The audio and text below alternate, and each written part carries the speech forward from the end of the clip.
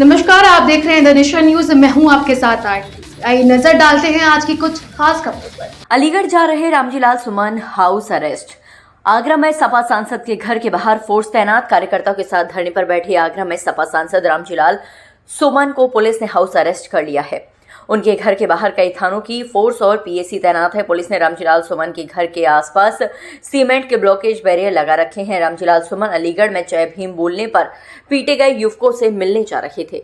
वहीं से आक्रोशित रामजीलाल सुमन अपने घर के सामने धरने पर बैठ गए हैं। सपा सांसद का कहना है कि वह अलीगढ़ जाएंगे। बड़ी संख्या में कार्यकर्ता उनके घर पहुंच रहे हैं। सब कुछ सीएम ऑफिस पर बैठे लोगों के इशारे पर हो रहा है। रामजीलाल सुमन ने कहा, हमें आज अलीगढ़ जाना था, लेकिन बेहद अफसोस के साथ कहना पड़ रहा है कि हमें नजरबंद कर दिया गया है। घटना 26 अप्रैल की है। 3 नौजवान प्रदीप, राहुल और छबीराम बाबा साहब से जुड़ा वीडियो बना रहे थे। इनको लोगों ने बुरी तरह पीटा। इनकी शिकायत सुनने की जगह उल्टा इनका ही 151 में चालान कर दिया गया। इनको बहुत पीटा गया। पुलिस क्या कर रही है? आपको याद है जब हम बुलंदशहर जा रहे थे तब हम पर हमला हुआ था। यूपी के हालात बस से बदतर हैं। अब सब कुछ सीएम ऑफिस में बैठे लोगों के इशारे पर हो रहा है। राज्यसभा सांसद रामजीलाल सुमन का घर हरिपर्वत थाने से 500 मीटर दूर है। इस पूरे रास्ते को पुलिस, पीएसी और रैपिड एक्शन फोर्स ने घेरे में ले रखा है। पुलिस सपा सांसद के घर आने जाने वालों का रिकॉर्ड दर्ज कर रही है। ये लता जी हैं, धर्मेंद्र हैं, दिवाकर पूजन पार्टी के सब साथी हैं। राजू हाथ नीचे कर ले यार। समाजवादी पार्टी के राष्ट्रीय अध्यक्ष श्री अखिलेश यादव के आदेशानुसार हमें आज अलीगढ़ जाना था,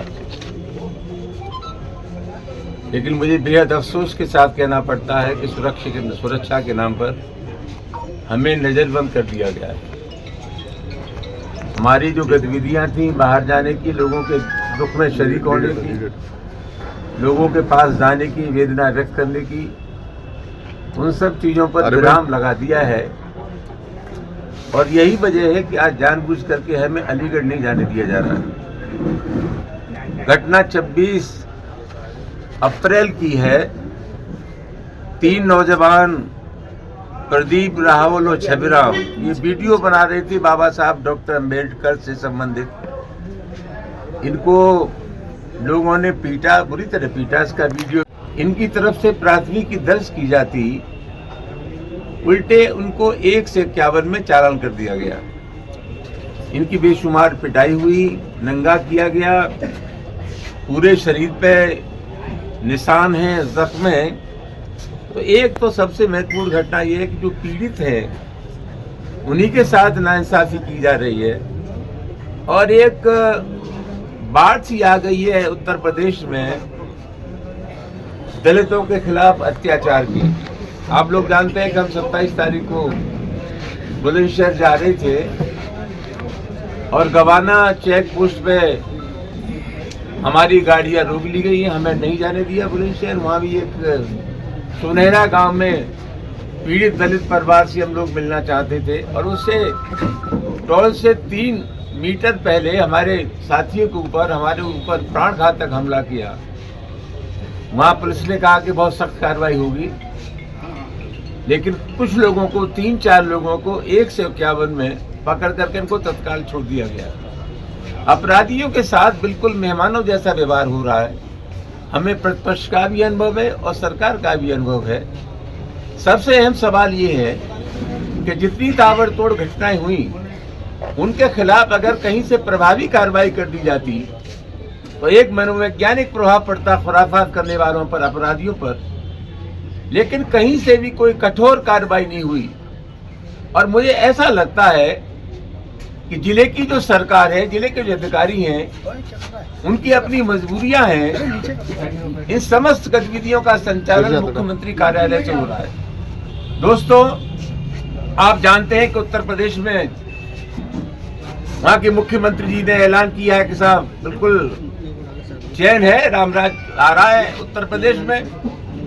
हम समाजवादी पार्टी के कार्यकर्ता हैं और जनता है। जनतंत्र में जनता सरकार भोगती है और जनता ही सरकार को बनाती है।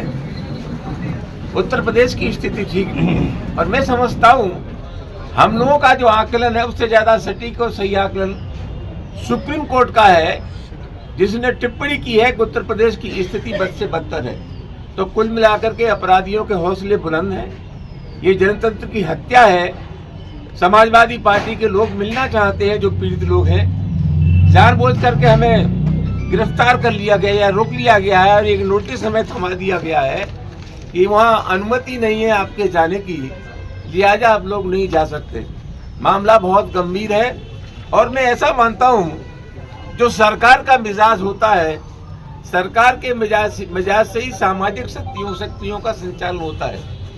कहीं न कहीं से अपराधियों में ये संदेश है कि उत्तर प्रदेश की सरकार उनके मिजाज की सरकार है, उनके दिल की सरकार है, उनके दिमाग की सरकार है, उनकी जहनियत की सरकार है।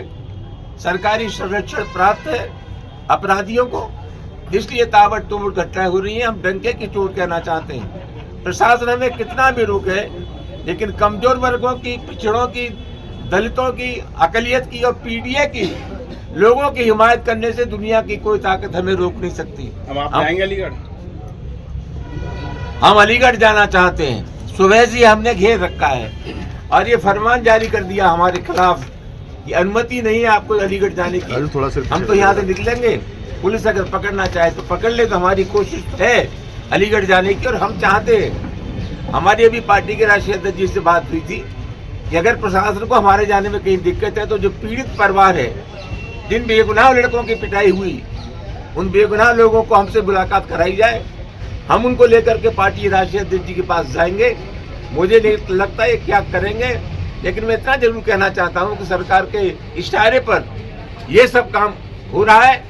दलितों के ऊपर निरंतर अत्याचार हो रहे हैं। जगह जगह डॉक्टर अम्बेडकर की प्रतिमाएं तोड़ी जा रही हैं। अभी किसनी में, मैनपुरी में तो बुलडोजर से पूरी मूर्ति उखाड़ दी और एक शॉर्टकट तरीका निकाल लिया है सरकार ने कि मूर्ति तोड़ने वालों के खिलाफ कठोर कार्रवाई हो, तो उस स्थान पर नई मूर्ति ला करके रख देते हैं। एक भी स्थान पर अगर मुकदमा पंजीकृत करने के बाद कठोर कार्रवाई होती तो एक संदेश चला जाता। मैं समझता हूँ इस आशय की घटनाओं की पुनरावृत्ति नहीं होती। मामला बहुत गंभीर है और मैं समझता हूँ एक पीडीए को चुनौती है। अखिलेश यादव जी के निर्देश पर पूरे उत्तर प्रदेश में कल प्रदर्शन हुआ था और मैं समझता हूँ जानबूझ करके हमें कमजोर वर्गों की हिमायत करने से रोका जा रहा है।